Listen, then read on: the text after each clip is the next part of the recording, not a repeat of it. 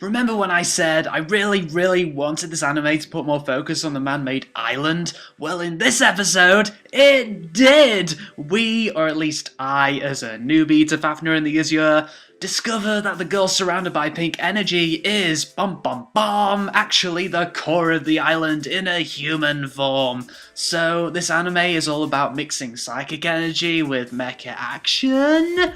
That's a good sounding concept, which can be well executed should the two parts be really heavily connected, and so far it looks that way. This episode seems to be concentrating on getting viewers like me up to speed with all the terminology and all the ideology surrounding this universe. At first, all of it was so overwhelming, but by the end of the episode, I think I got it all. The mer is a fancy word for psychic energy, and Esperanto is a psychic, and Solomon is the island's artificial intelligence, I'm guessing.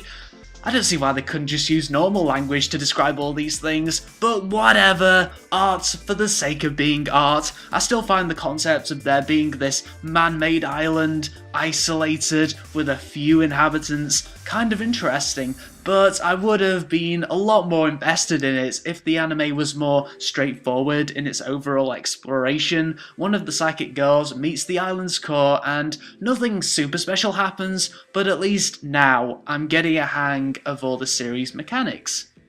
But I'm not getting a hang of all the characters, I'm still not connecting with them, and woe is me, they increase the amounts of close-ups on their creepy looking designs. Everybody, as characters, are hollow, and everybody more or less acts the same. I would be more forgiving if all this blandness was in fact a side effect of everybody living in such isolation, and that the characters' extremely limited contact with the outside world naturally makes them all quote-unquote clones. But all that goes out the window when the outsider pilots act like the island's pilots. There's a little confrontation in a restaurant scene where one person gets angry at the outsider group because of something to do with the transferred set of powers, but it really does just look like window dressing. I didn't really care about that confrontation, and alarmingly, I didn't really care about the sister finding her brother.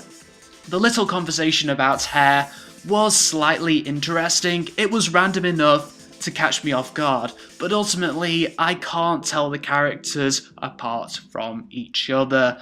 I think the main problem is that there's no clear main character, and that there's so much focus on an ensemble cast to the point where all the characterizations and even all the events are diluted.